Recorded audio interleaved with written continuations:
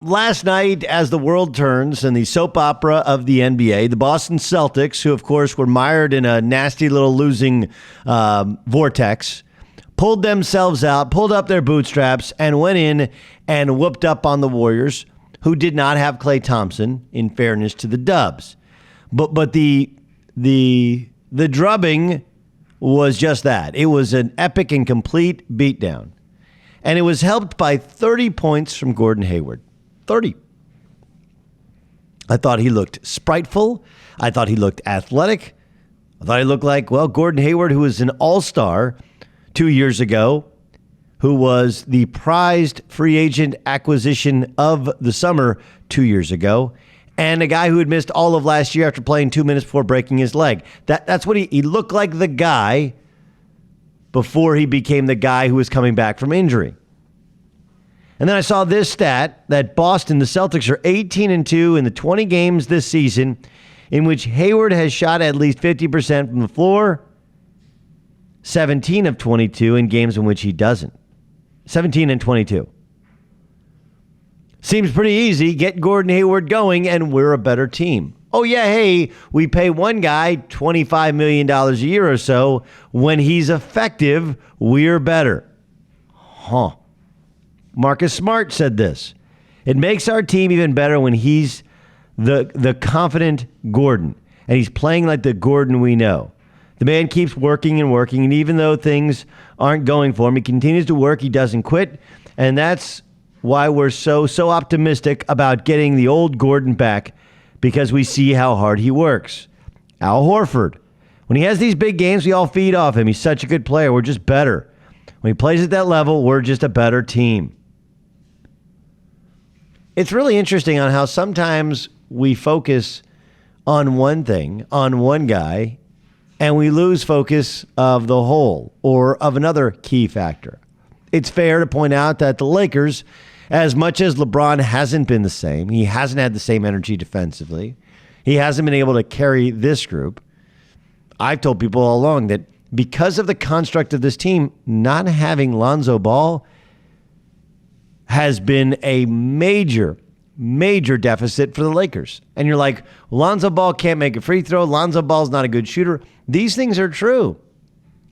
But when your superstar requires some help defensively and you have an incredibly young, versatile defender who's also a good rebounder, who can generate offense and momentum and pass the ball up the court, get other people involved, make everyone else better, he becomes more important than his stats would tell you.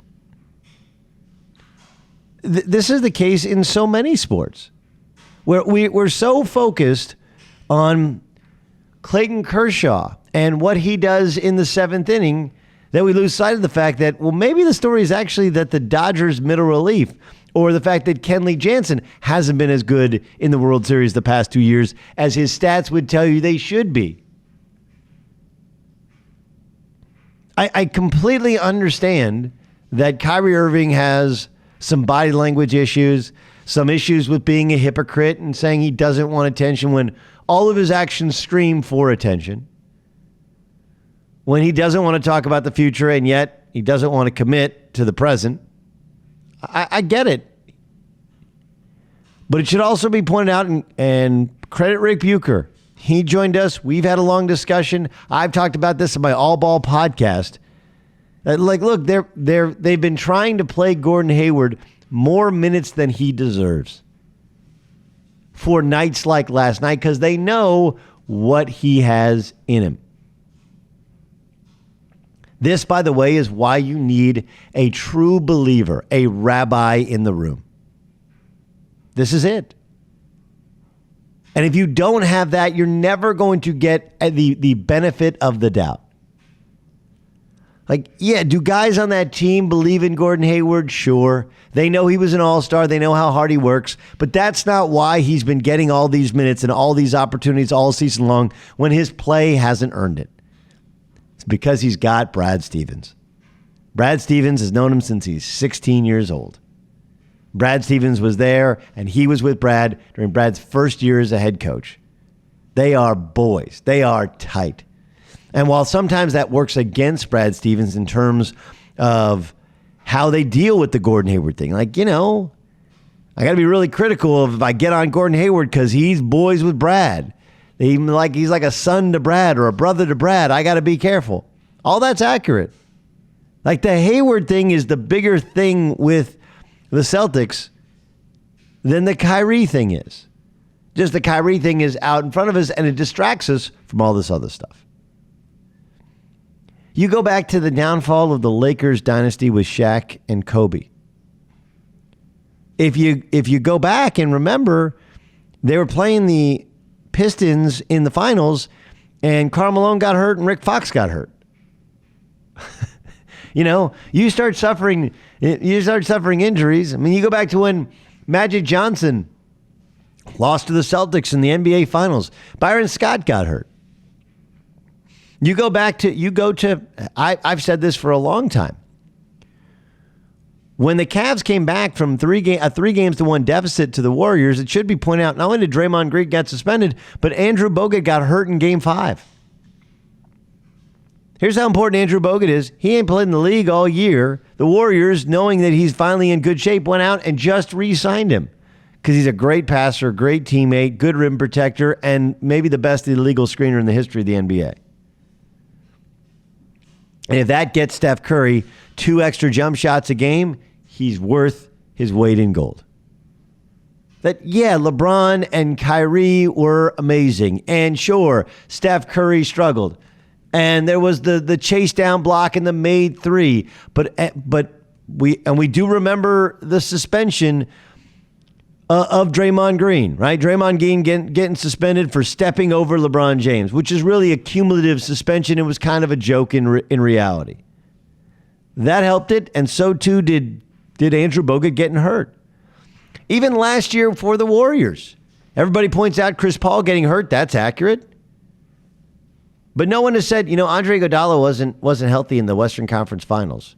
Anytime they had Andre Iguodala, they were in complete and total control. Anytime they weren't, guess who the Houston Rockets were going after defensively? Jordan Bell and Kevon Looney and Quinn Cook, the guys who were replacing that one missing piece in the lineup. The cliche expression is, you're only as strong as your weakest link. And whether Gordon Hayward is their weakest link or whether he's just a guy who everyone knows has it in him and the Celtics are going to continue to try and get it out of him until ultimately he gets back into form, knowing that this is the exact same path that Paul George took when he suffered the exact same injury 4 years before.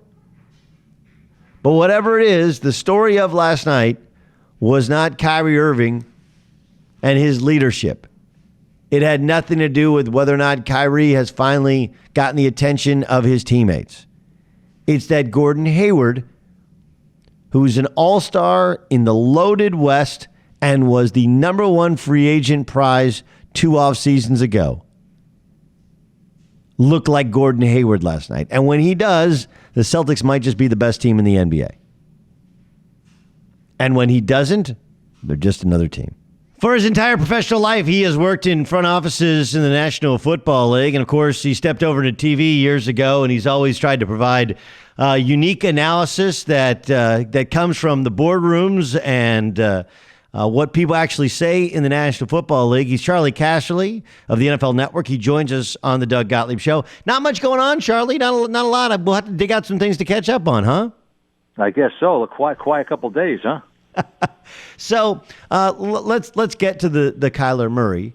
I think what happens is people think that there's some inherent bias in whatever reporting or analysis. When you polled teams on Kyler Murray, about how many different league executives did you speak to? Well, first of all, we're talking about probably 2 different things. I had a poll before the Combine where I talked to 21 teams, okay, high-level people. And I said, give me your top 4 quarterbacks rated in order.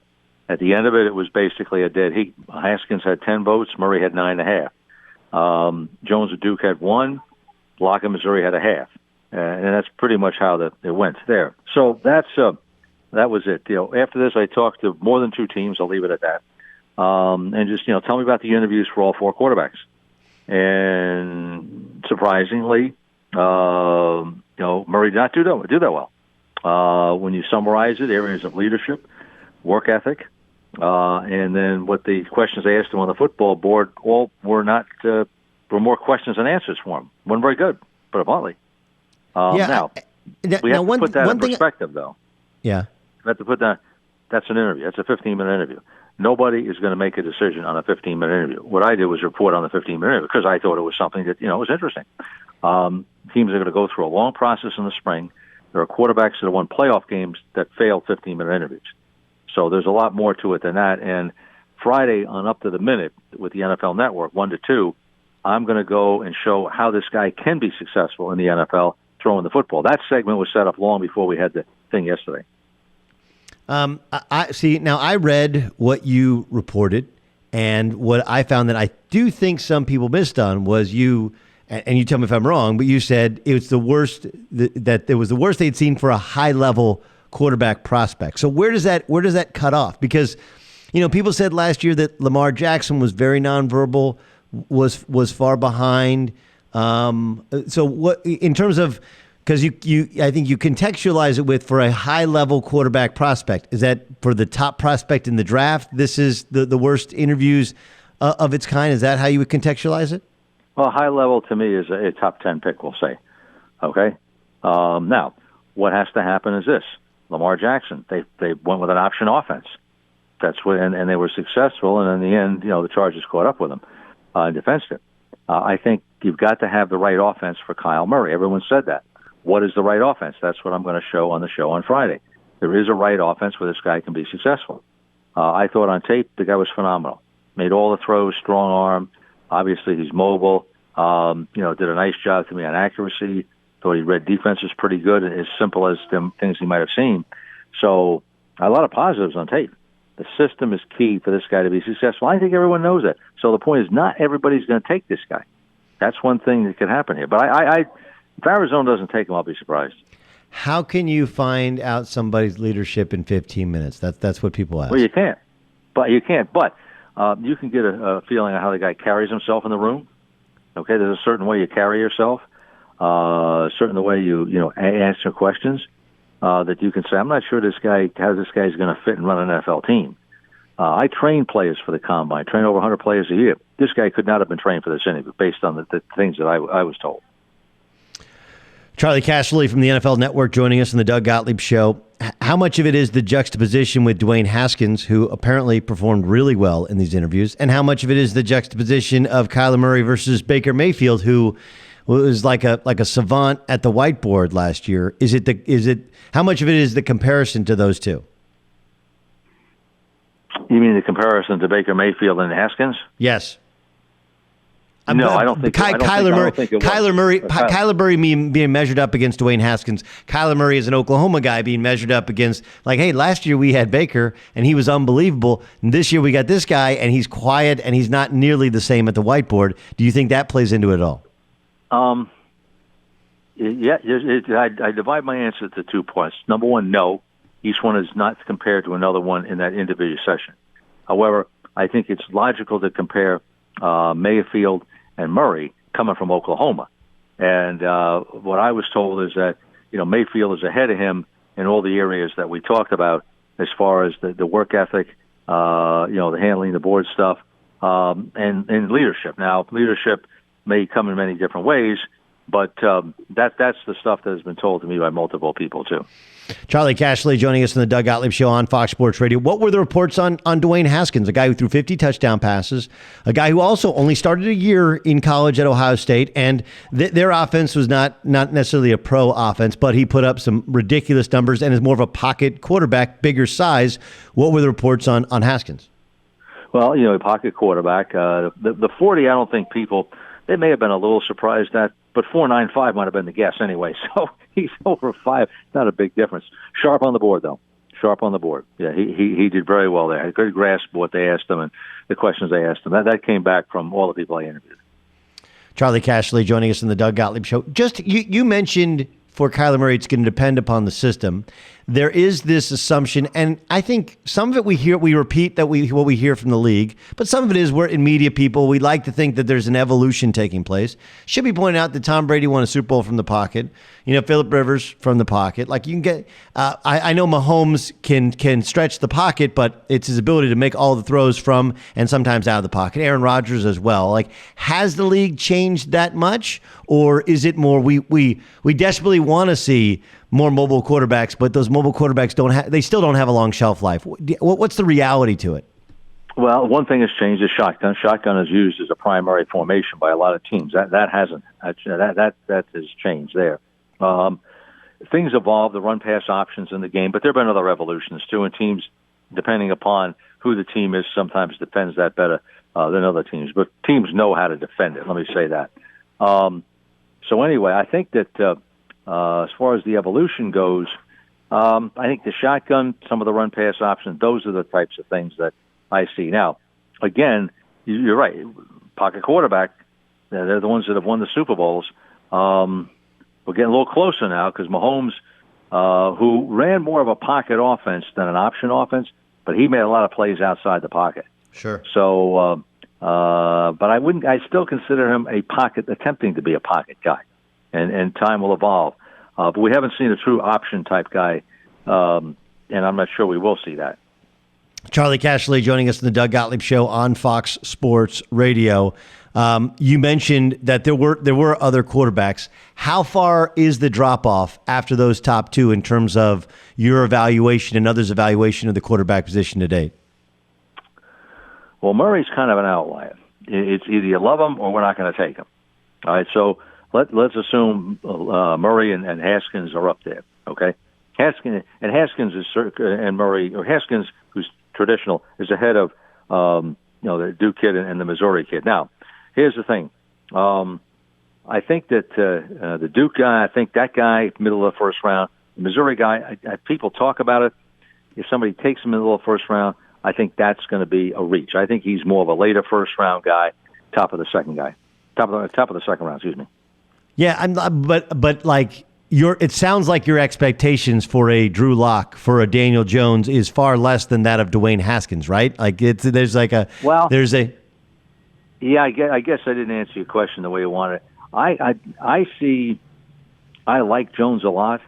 I think Haskins has a bigger upside, and Jones may be where he is because of the system, and he masters the system now. I don't know how much better he's going to get, but I like Jones from Duke. I like him a lot. I think he can win with the guy. Charley Casserly from the NFL Network, longtime front office guy, of course, long time with the NFL Network as well. Kind enough to spend some time with us here. Doug Gottlieb Show, Fox Sports Radio.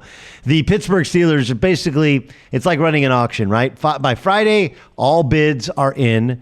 What do you think of Antonio Brown, and what'll have to be done to make sure that the off-the-field nonsense doesn't drag on the field in whatever his next stop is? I don't know if there's any guarantee about that part of it. But to answer your question, you'll have to make him the top-paid receiver in football so he can get away from that. But Tyreek Hill is about to be paid, so you may wait a little bit longer, and you might be able to solve another problem by him saying, well, I want to be one, I don't want to be two. And maybe that's what his people will want you to do in that situation. I think that he's got to be with a team with a strong culture. He can't be with a young team. I think that's going to be where his best success is going to come. He's got to be with a coach that can deal with him. I think Gruden, and I'm saying everything about that theoretical team. Gruden's team isn't that team, but Gruden's coached some different personalities, and he has a quarterback, and he probably only cares about how many balls he catches anyway. What about Le'Veon Bell? Aren't we looking? We watched Todd Gurley, and I know Todd Gurley suffered a knee injury in college, so maybe it's a little bit different. Maybe that's where some of the arthritis set in. That now that's the report that he's got a bit of an arthritic knee, and he just took too much of a workload. But they give him a huge deal, and in the first year of a new deal, he's already had to have some limited carries and wasn't the same guy at the end of the season. What do you think the overall value is going to be for a Le'Veon Bell who hadn't played in the season but was as dynamic a back as it was in the league before he sat out a year? Excellent question. I obviously, I don't really know the answer, and I see the point about Gurley, and that could be a hesitation with teams. Taking running backs on a second contract. You sometimes don't finish the contract, but it's free agency, and there's teams that need money and have money. So I would think he'll get a contract north of Gurley, and I don't know what we're buying. The guy in Pittsburgh was a good player who wanted to play, was enthusiastic, was not a problem. Nothing like Antonio Brown. He's had a year off. It might take him a while to get back in. His age is good enough where he should be able to still be productive. I'm not sure you'll get the whole contract out of him, and what he's going to want is his money up front in the first 2 years. So if you have a lot of cap room, it works good. You'll eat up some cap. He'll make his money, and in year 3 you have no liability. So that's kind of the contract I see getting set here, and he'll make his money because teams can pay it in free agency. But I would take Le'Veon Bell. Yeah, I would take it, Mike. I think my question would be at what price? Charlie, great information. Really appreciate you joining us, and thanks for being our guest on Fox Sports Radio. Hey, great to be with you, Don. All right, that's Charley Casserly of the NFL Network. Check out the NFL Network on Friday, 1 p.m. He'll have a breakdown of Kyler Murray and what will make him successful in the National Football League. Look, I actually like Antonio Brown to the Raiders. I do. This from Ian Rappaport. It's a little bit more on what you heard from Dan Byer. Pegging teams involved in talks remains elusive and fluid. Rappaport added 3 new teams have jumped into the fray in the last 48 hours. While the Jets and Cardinals are out of the competition, the Raiders have been one team consistently linked to the Antonio Brown rumors. So what Ian Rappaport's reporting, others reporting, is that, look, all bids are in by Friday. You've called, you've made, what will we offer? Like, look, and people do this in real estate all the time. You list something actually low, like a low price. You list a house for $500,000, knowing it's a $600,000 house, hoping to get a bunch of bids. And then once you get the bids, then you go back to all the bidders like, look, we got a $600,000 bid. If you want to go up, all right, and then final bids. So this is just a bidding process. That's all it is. And this is the Steelers going like, all right, final bids. We need them in by Friday.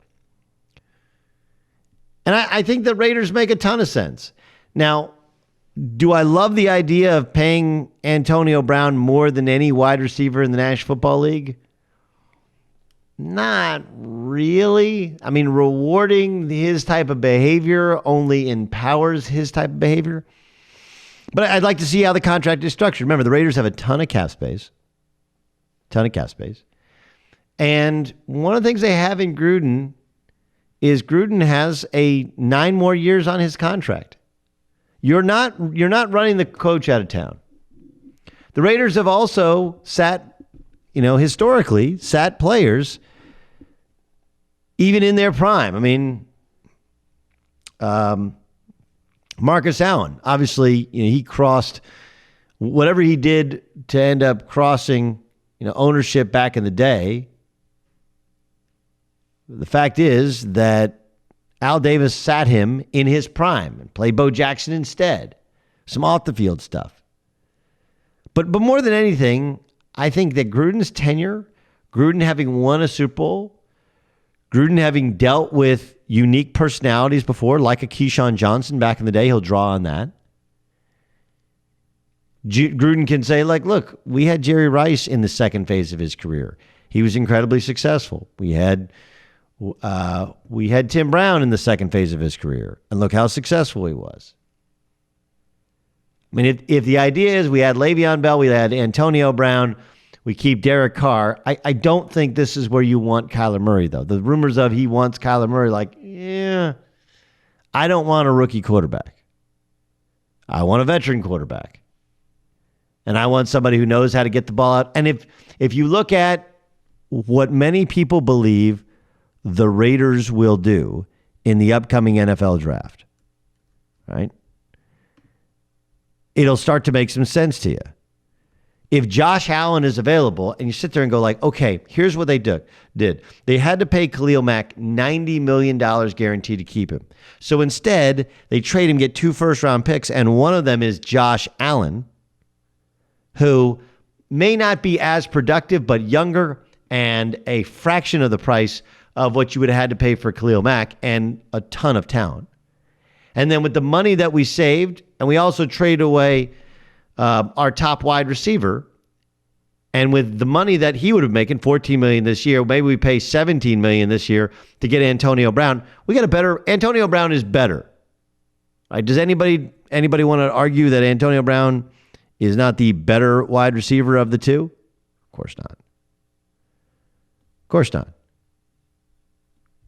All right. So I look at it and you go, well, you know, look at what Gruden would be able to do. Get a better wide receiver, get a younger rush end, and get a better running back than they had, and then use all the rest of the picks, all the rest of the cap space to fill in all those other holes, especially on the defensive side of the football where they were not very good. Continue to fix that offensive line, and you have yourself a much better football team immediately. Do I have questions about the culture stuff? Of course I do. But the culture is established by the head coach, is established by the quarterback. And though Derek Carr has been up and down as a quarterback, nobody questions his ability to be the right dude off the football field. And John Gruden is the unquestioned leader in that locker room and in the front office, and he's not going anywhere for 9 years. Yes, Ryan Music. One thing that could be looked at is there any way that maybe the pursuit of Antonio Brown may also be that sort of like splashy, got to get a star player for when they make the move to Vegas kind of thing? So I don't think so. Is it possible? Like, that's not a crazy thing to ask. It's not a crazy thing to ask. Or a crazy assumption to make. But I just don't think most people think that way. I think that John Gruden thinks like most people in sports do. You know what makes people go to the stadium? When you're really, really good. Like, not an end zone dance. Don't care about an end zone dance. End zone dance is icing on top. If you happen to have a great team that happens to do great end zone dances, cool. But fans show up for 2 preseason games, 8 regular season games, and playoff games if you're good. If you're good, it doesn't matter style of play. Like, do I prefer teams to score points as opposed to try and milk the clock? Of course. And the league is trending that way to where you're going to have to score points.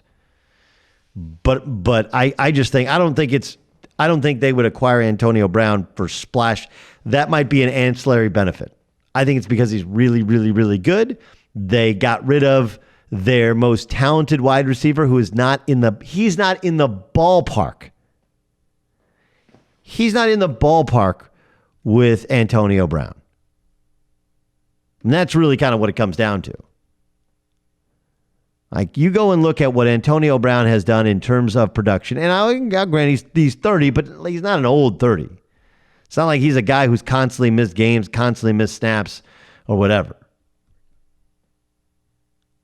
I mean, no one on earth thinks that Amari Cooper and Antonio Brown are close to being comparable. Now, the one thing with Amari Cooper is he's obviously much younger.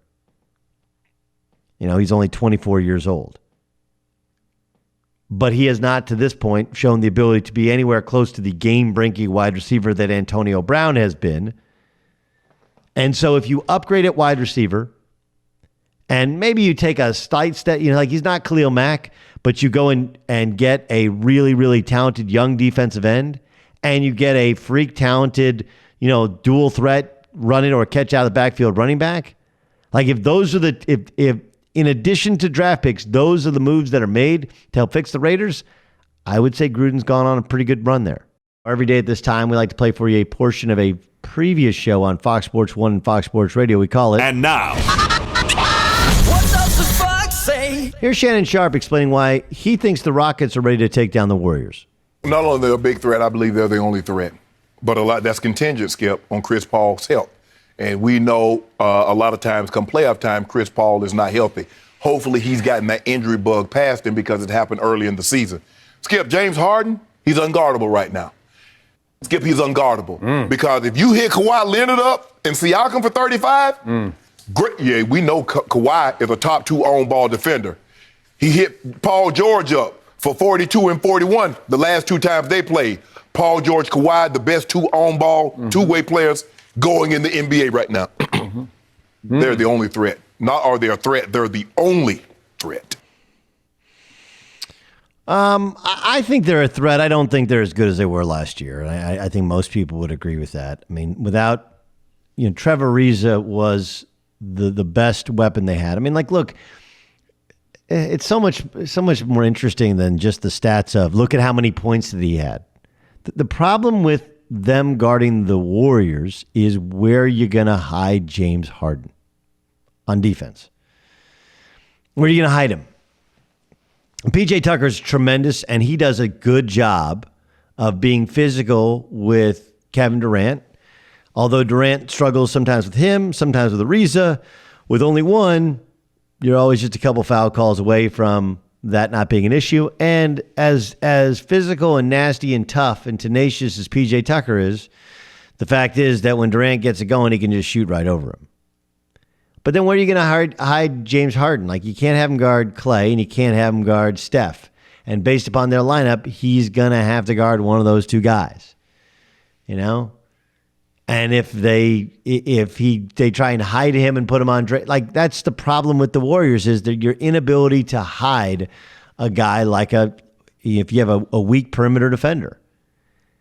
And they'll just continue to expose that time and again, whereas, no, they don't. Iguodala is their best defender, but he's past his prime. Obviously, you can put Kevin Durant on him where you can give him some space and block a shot because he's so long. They don't have one guy who's as good a defender as other people have, but in totality, they do. And their offense is just not as good. I still think Oklahoma City, I know they lost at home last night. I still think Oklahoma City is the most likely second challenger, most likely team to challenge the Golden State Warriors. And the Warriors, we talk about plus minus, they're a -4 with Boogie in their starting lineup. He has not made them better. On the other hand, I do believe, I completely believe that that Andrew Bogut, if he can play, will play and will make the Warriors better. I think that's a great acquisition.